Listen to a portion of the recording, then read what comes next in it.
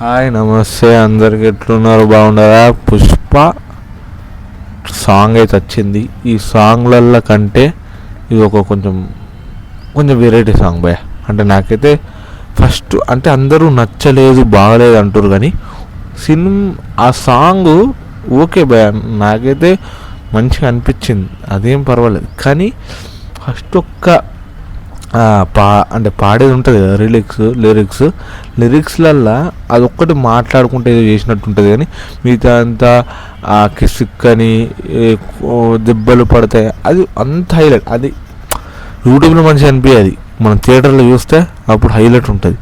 ఎందుకంటే ఇప్పుడు యూట్యూబ్లో అన్నోళ్ళే థియేటర్లో ఎన్నో సాంగ్స్ అయితే ఉన్నాయి.